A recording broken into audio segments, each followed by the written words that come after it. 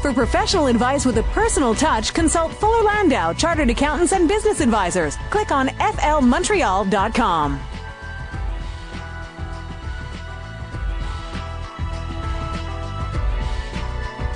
.706, welcome to today's Entrepreneur, a program about the entrepreneurial spirit that drives Quebec business. My name is Dan Delmar, along with Fuller Landau's Josh Miller. Hey, Josh. Hello. And this evening we're talking about lingerie. Very exciting. We have in studio with us Tiffany, excuse me if I mispronounced your name, Tiffany Ajmo, from Blush Lingerie. L is for lingerie, Dan. Okay. Well, Tiffany, welcome to CJD. Thank you. So nice first to of all, obviously we're talking lingerie today, but tell us a bit about Blush. You're more on the wholesale side. Yes, Blush is a fashion intimates company. We've been wholesaling lingerie since the 80s, and currently we will be launching our website, so we will become retailers as well. Now, you've been doing this since the 80s.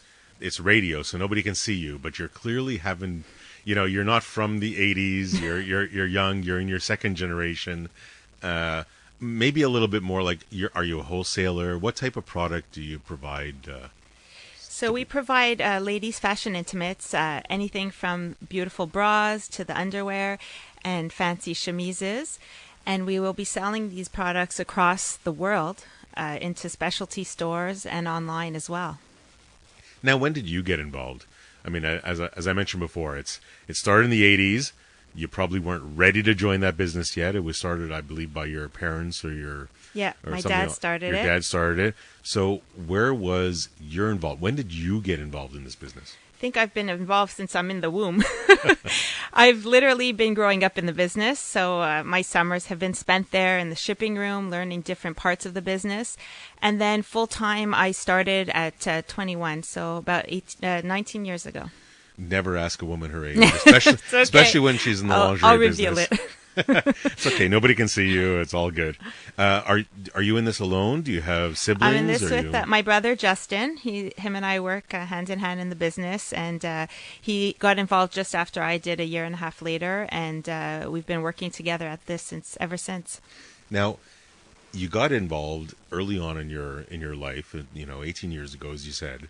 Was there ever a different path? Did you know you were always groomed? You said you were kind of knew this from the womb, but is this really was this your path? Was this your desire? Was this your passion?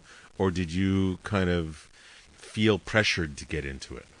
No, my dad never, ever pushed us into the business. For me, it was always a pure love. I always wanted to be in fashion. I always wanted to be in this business. Since I'm very young, going shopping and just knowing exactly what area I wanted to do. So in school, I studied fashion marketing and business entrepreneurship. I studied commerce, and just knowing that this was my path, this was my future. So you pretty much almost felt like this was it, and you were grooming yourself to come into this role? Exactly. That's really what I wanted to do. Do you think, I know your brother's not here to share his experience personally, but did he too feel in that same vein, and was he kind of grooming himself? Justin was more finance driven. So he did study finance at McGill, and he really wanted to focus more in that area. However, he ended up working part-time and just starting out in the business, and he just fell in love with it. And it worked out well because he took over the finance part of the business. Did you know from a very young age that you wanted to get involved in the family business, and did you have any hesitation about working with family? No, my family and I were very close at home, and for me it was always such a dream to be able to work with them. So the fact that my dad supported us but didn't push us into it just made it all the more of a dream for me. Now, there's been many second-generation entrepreneurs, Dan, that we've had on air, and everybody evolves in a different way, and some start at the bottom, some start at the top. They all try and gain their information and their knowledge in many different ways. So I guess I turned to Tiffany, and I asked her at an age of 21, even though you tried to groom yourself from an education standpoint, where did you start learning the business? Kind of what role did you play at the beginning, and how was your dad supportive in that respect? Yeah, the learning of the business is truly on the field. Everything I learned in school helped groom me to get into the business, but everything was learned for this specific industry on the field. Everything from working with the design team, learning how to take measurements, specs, calculate fabrics, purchase trims, to working in the shipping room, learning about different size boxes and weights for parcel package, learning how to work at the reception to enter orders, invoicing, greet guests, send out UPS packages. So it's really a mixed bag. And a little bit of everything. And really bit of everything. From the ground up. I mean, other than Totally. sweeping the floors, is really trying to I understand. did that too. Did that too. Excellent. The Very basics good. of the business. What was your father? I'm sure he was welcoming, but did he share the information readily? When you asked a question, did he try and hold stuff back, or was he really willing to pass on that torch and share the information? Our dad is always also very forthcoming. He really just wants us to learn. Every day we're learning from him, and he's still very involved in teaching us, very open about the business and wanting us to really understand. And as he says, you have to feel the business, and that's a key. Do you still learn today? Every single day. Do you find your dad still learns today? Do you think he learns from you as well? I think now he does. We can say because of such a change of events in the business and with the times that we're in today, I could say that now we are showing him a lot of different parts of the business that he never dreamed would happen back in the day. Now, we're speaking with Tiffany Ajmo of Blush Lingerie, and she's second generation in the business.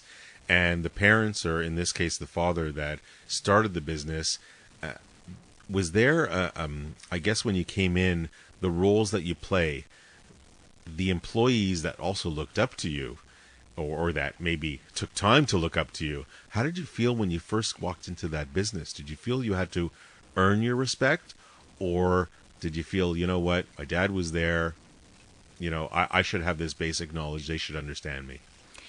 I think our type of environment and the way that my dad always worked and preached to the whole office, we're all very much together in this, and there's no levels of authority, superiority, and we came in all on the same level as everyone there. It's really one big cohesive team, and it's really every single person from every department that makes the company what it is today. Did you started a few years before your brother did? A year and a half about, yeah. So when he came on board, I'm kind of curious, did you feel there was an ally coming? Did you feel that, you had to kind of train him a little bit after the year and a half that you went through? Where was that kind of family dynamic? It actually wasn't like that at all, because I'm more of in the marketing and sales part of it, and Justin, as I said before, is completely involved in the finance and running today of the business. But when he came in, he really focused on the banking, the finance, the accounting. So his area of expertise was really far superior in that part of the business than I could ever dream of knowing. So it actually was, and we enhance each other and complement each other. So it was very different parts of it. Did your dad kind of have a specialty? Was he good all around, or was he also either more admin or more sales or more did he have kind of a specialty or preference when he was running the business? My dad is really a hands-on, all over, running the business from A to Z type of guy. He's self-taught. He didn't graduate university, which his dad back in the day almost crucified him for, but he really proved himself and taught himself the business inside out. He knows it for like the back of his hand. And Dan, we've heard many entrepreneurs and many second generations come in and say, you know what, dad was this and I was a little bit different, or dad was this and I was very much the same. But at the end of the day, the second generation does have to find their own footing. And when we come back from the break, we'll discuss that as well as the evolution of the business, because as we know, the 80s aren't 2014, and there's been much transition along the way. Especially the online transition could be a bit of a resistance point, so we'll get to that in a second. But first, 7:15 on today's Entrepreneur. Our guest is Tiffany Ajmo of Blush Lingerie, but first, CJAD 800 traffic, and here's Kira Yeager. For professional advice with a personal touch, consult Fuller Landau, Chartered Accountants and Business Advisors. Click on flmontreal.com. 7:19 on today's Entrepreneur, inspiring stories from outstanding business people. Dan Delmar and Fuller Landau's Josh Miller with you, and our guest is Tiffany Ajmo of Blush Lingerie. And Josh, their company is going through a bit of a transition lately. And they are. And, there's so many companies in Montreal and certainly in Canada, North America, etc., that have gone and are going through transition from manufacturing to import. Now, the listeners are going to say, what do you mean transition? They've already gone through it. Manufacturing is dead. It's history. We're going to import. Well, that's certainly a serious aspect, but we also want to hear kind of how that transition occurred in Blush Lingerie. So I'm going to try and kind of turn to Tiffany and say, since you joined in the early 90s, when you were in the manufacturing aspect and you've lived through that transition of going to import, what was the major impact? What was the perhaps one of the items or aspects that you remember most, the biggest change, and why you did that? I would say the biggest change is the physical change. We went from a company of maybe 300 people down to a much smaller scale because the whole manufacturing part of the business basically overnight just disappeared.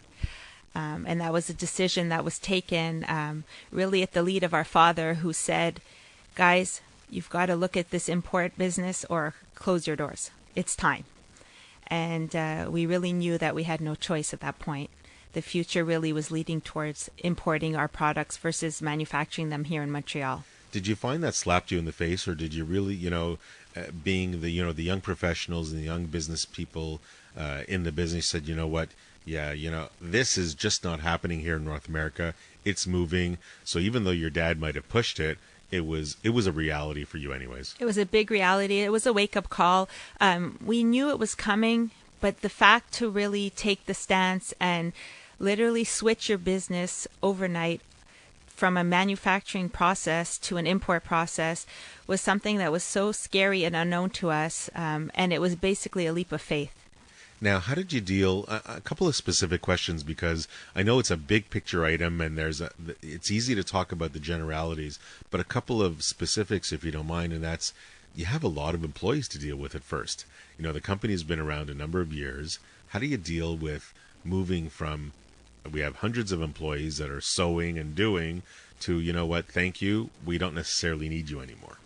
That was the hardest part, especially for our father, who was with them for many, many years, became a family to him, to us.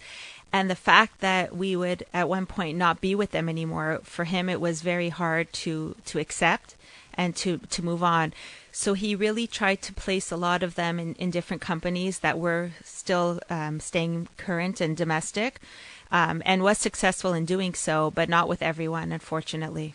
What were some of the circumstances that led Blush to make that decision?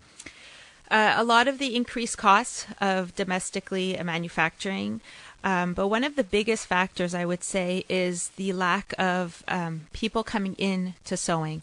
So the ladies who were sewing for us were aging, and we weren't seeing any of their daughters or nieces coming into the business.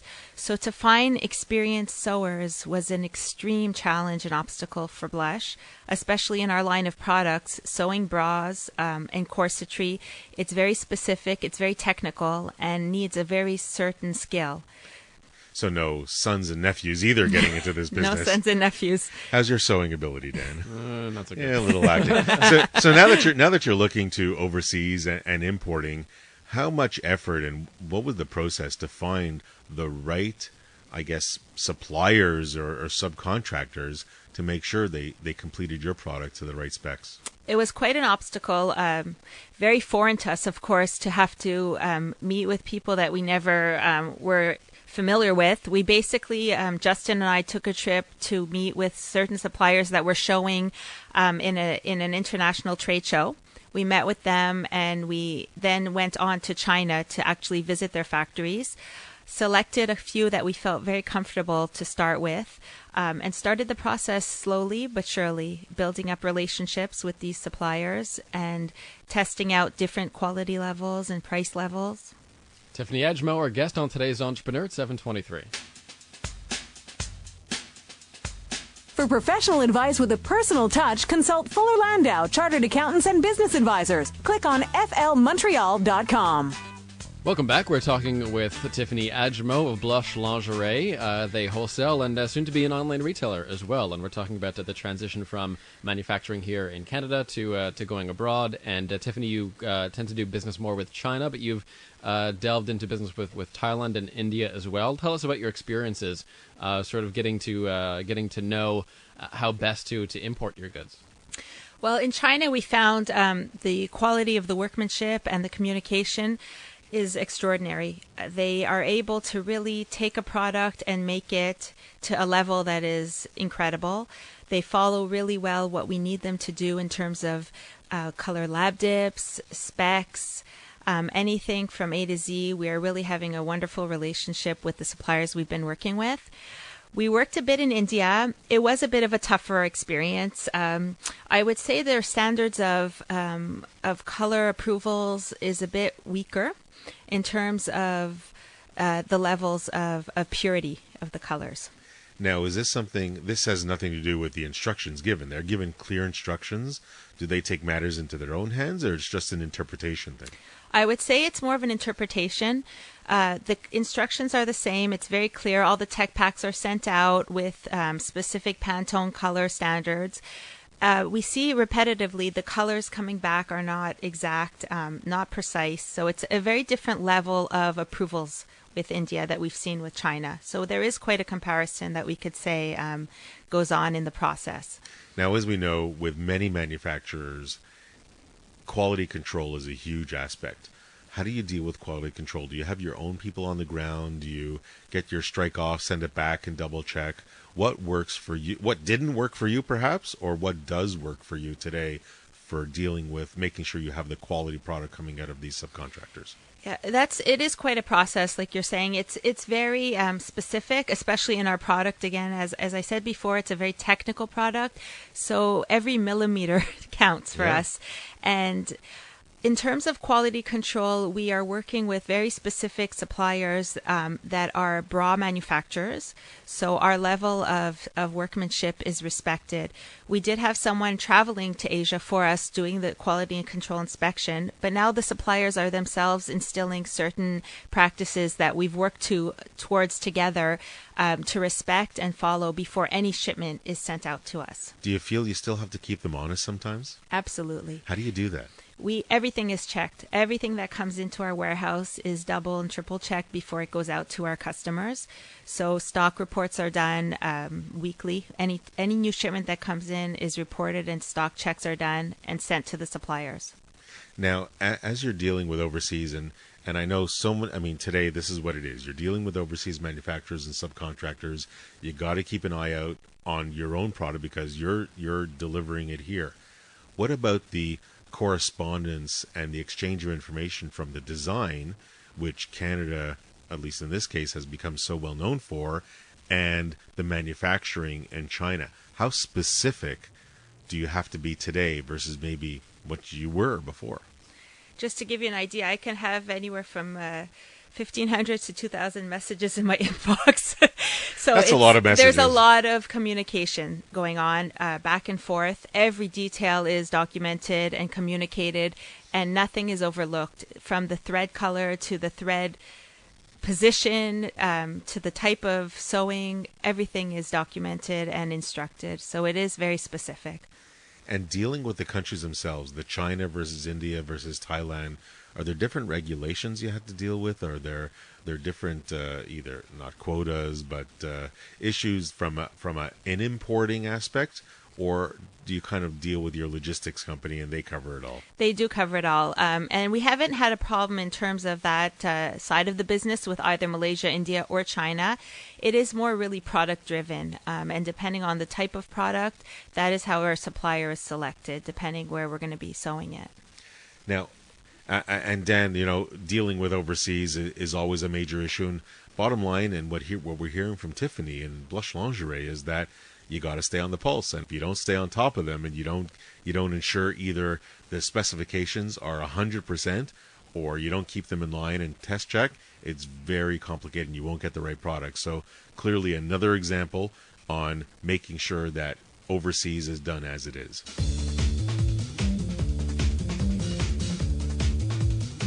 For professional advice with a personal touch, consult Fuller Landau, Chartered Accountants and Business Advisors. Click on flmontreal.com.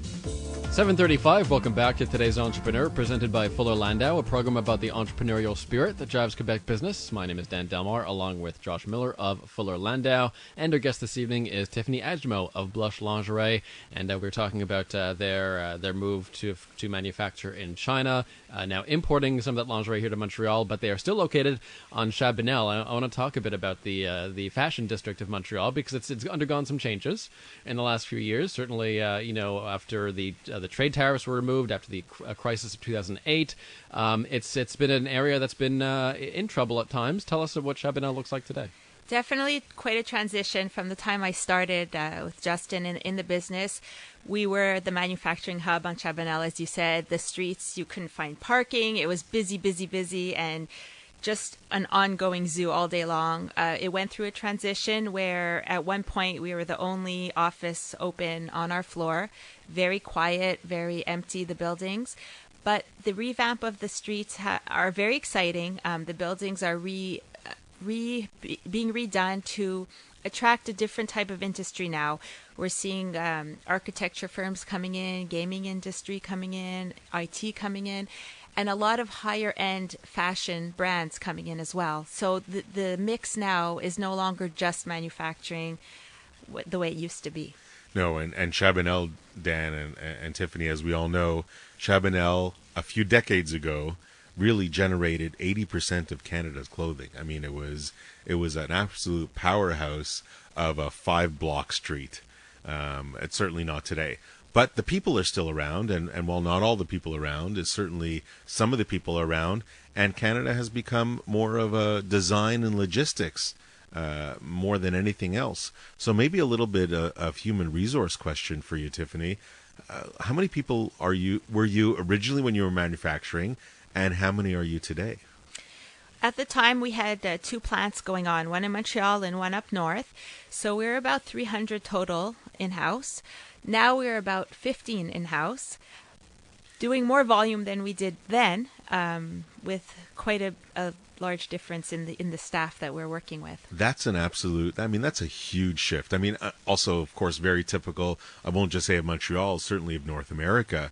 But now that you have a smaller group, does everybody get involved in everything? Do you have very delineated roles? Or, you know what, this is one company that's moving forward and everybody has pretty much a good impact in the business? Everyone is very strong and very critical for the growth of the business. Our group is incredible. Everyone has such talent and really is able to focus in a certain area, however, are able to work in different parts of the business. And that's where we see the success of being a small team, but we're a very strong team because we are able to be multitasking. Is communication close? Do you kind of meet with, I would say meet with everybody, but you're all kind of probably within a few feet of each other. But do you collaborate formally all the time? Or is it really just kind of haphazard? Informally, all the time. We're always working together, one with the other, and pretty much all day long. If it's not one, it's the other. We really help each other do different projects, and it's just an ongoing group effort. Which makes marketing yourself and Blush Lingerie absolutely huge. So let's kind of switch gears to marketing a little bit. How do you make sure, now you're a wholesaler, you're selling to retailers for the most part. How do you make sure the name stays out there? What do you do to make sure that your brand and your image is really top-notch? Our main thrust for us is our photo campaigns, our image, the type of image that we want to portray to the world, and that is really being a high fashion brand with beautiful undergarments at a very affordable price. And that is really something that we push forward all the time to our retailers, to our social media platform, and that's really where we keep a little notch above, I would say, in the lingerie industry. Fashion intimates, I believe, was the term that gets used day in and day out in your business. Is this something that, do things change often in your business? Do products change frequently? Or is it just little tweaking here and there? We have our core range for sure, with certain silhouettes that people come back for and are true and tried and are truly loved. We do then have a lot of interjection with new styling, new colors, new fabrics. So we are always reinventing the wheel. It's hard sometimes because a bra is a bra, someone would say. But believe it or not, there are so many different silhouettes and functions to one bra that there are some endless options out there. A bra is a bra. Not every model is the same model, and some portray it a little bit better. Dan and I, you and I probably wouldn't be very good models for this industry. Probably not. But tell us about innovations in the industry. We're just curious because coming from two male perspectives, we're not really sure the work that goes into these products, but it's I would assume it's quite complicated. It is quite complicated because our product, everything is based on fit. And as you know, no two women are made the same. So what fits one woman extraordinary will be a disaster on someone else. So to be able to find a product that fits the majority of the women of the niche we're going after is where we try and focus a lot of our energy and time on different products that will really appeal to many different women of different age groups. And of different size ranges. Some of our bras will be available in up to 18 sizes. I clearly only know of one woman, since I'm married to only one woman, and I'm happily married. In any event, when we get to marketing, I mean, how do you make sure the name is out there? Do you deal with social media at all? What's your best and possibly worst over the years marketing campaigns? Times have changed. Back in the day, our traditional form of advertising was magazine, paper, and that was really the way that we got a lot of people talking about Blush, was seeing our ad, calling us up, where can I buy it? And that was really the way we grew the name. Today, it's all about the social media platform, online, Facebook, Twitter. And this is really where we're seeing the fan base growing for Blush. So now that you see that it's online and there's social media and people are absolutely buying online, notwithstanding the fact they still want to feel and touch and I guess at some point for these products, try them on, whether it's for themselves or for others, what's next for your business? Well, we are launching our Blush e-commerce online sales this Wednesday. So we're quite excited with this launch. You will now be able to buy all of our products on our website. We will be shipping internationally, worldwide, so they will be available to everyone. And we're quite thrilled with the launch of this coming up on Wednesday. Blush Lingerie? What's the website? BlushLingerie.com. All right. Now, I don't know if it's a delicate question or not, but you're selling to retailers. How do you deal with having an online business and selling for your retailers? Are you competing with yourself to some degree? We're becoming another retailer. So at the end, we are someone else coming into the market. However, we're not coming into this to slash prices and compete against our retailers at a different price point. We're here to enhance the brand and to make people know more about the product and to learn more about Blush. Basically, on our site, everything will be available, but we are still offering store locator where they can find the product in store so they can go and feel and try and purchase also in store. And I'm really happy you said that because so many people that are going for online business feel they're going to cannibalize their own sales, but in reality, you're better off. You're building your brand. Mm-hmm. It's all about building an image in your brand and the quality and the aspect of the product. And you're not cannibalizing yourself. You're just making it better for the people you're selling through and to. Now, absolutely. Distribution. Did you have to change any of your distribution aspects when you're going online? For us, we're basically set up to ship individual units because we do work with specialty stores and are used to shipping a few pieces at a time. So this won't be any different in that sense. Our warehouse is set up, though, separately for our e-commerce section and our wholesale. So it is two different parts of the warehouse that we've allocated to e-commerce. And all the stock is segregated for e-commerce specifically. Now, it's a very different business, and I know it's huge. And the reality is, anybody that's either wholesaling or reselling, if you're not in the online world, you might be falling behind. So people got to kind of get with the program and get there. And certainly it's going to build a brand and the image, and that entrepreneurs and most successful entrepreneurs absolutely realize. And time is running out. We've had such a great discussion with you, Tiffany, with Blush Lingerie. But when we come back after the break, we're going to talk a little bit more about online sales and websites, and a little bit of the pitfalls and things you should look out for when you're really building that other part of the business. And our IT contributor, Kevin Ammerman, will join us more on that and web marketing in a second. For professional advice with a personal touch, consult Fuller Landau, Chartered Accountants and Business Advisors. Click on flmontreal.com. 7:48 on today's Entrepreneur. With us is Tiffany Adjmo from Blush Lingerie, and we also welcome back Kevin Ammerman, our IT specialist from Fuller Landau. Kevin, how you doing? Fine, thank you. Great. So why don't we begin with a bit of a news note for many entrepreneurs. If you haven't changed your passwords as a result of Heartbleed, perhaps now might be a good time to do that? Oh, certainly, yes. So even we've all seen a lot of emails from various companies assuring us that they're Heartbleed free, and that they've, if they were affected, that they've patched up their systems. And even if they weren't affected, though, a lot of companies are sending out notes just to reassure their clientele.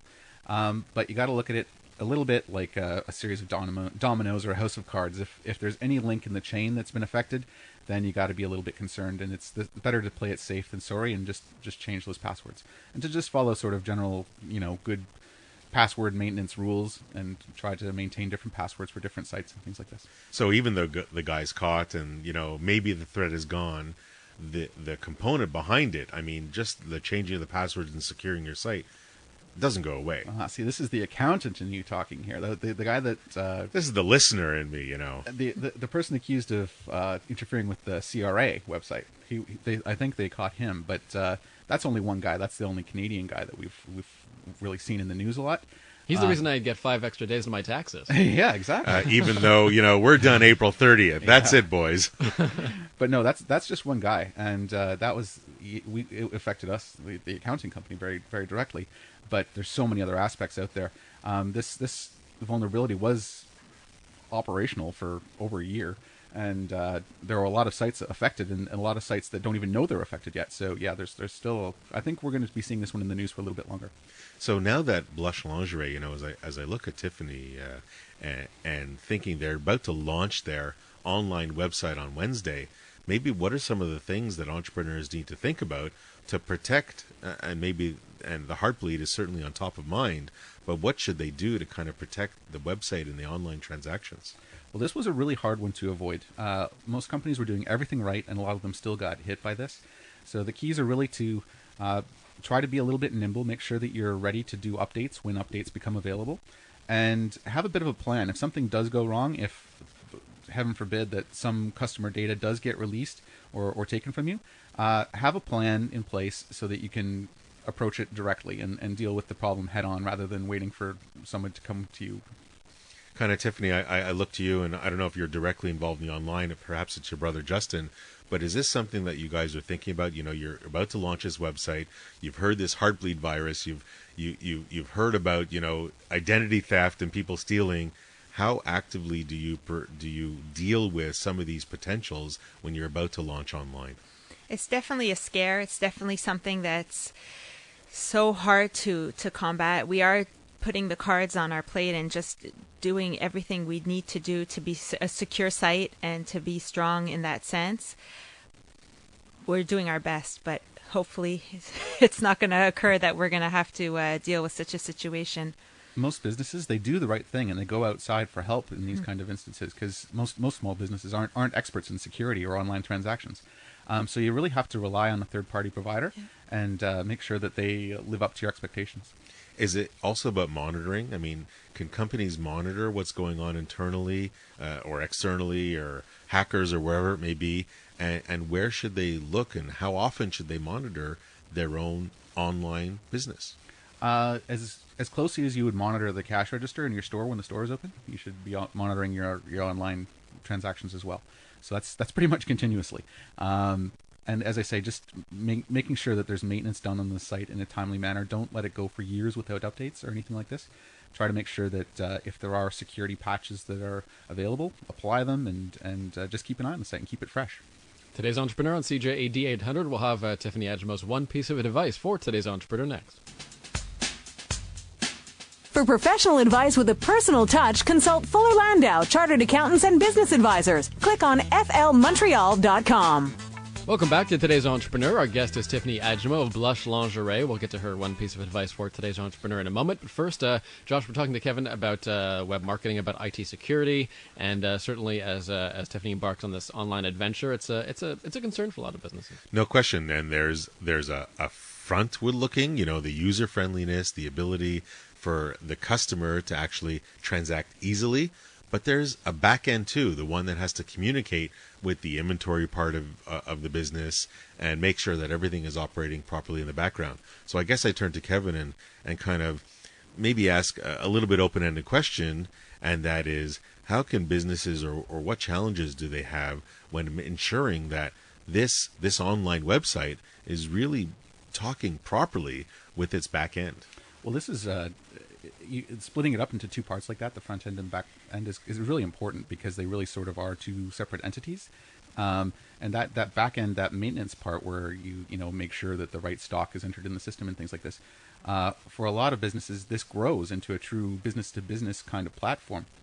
And if you can keep your site nimble enough to be able to deal with those changes and growth on the back end, and maintain a consistent user experience on the front end, and in a business such as fashion where there's product updates every season and things like this, and keep it fresh, that works really well if you can deal with those two parts separately.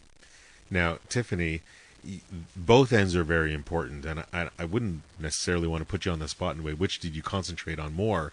But when you're thinking about your entrepreneurial experience, the back end versus the front end, where really has been the biggest challenge for you?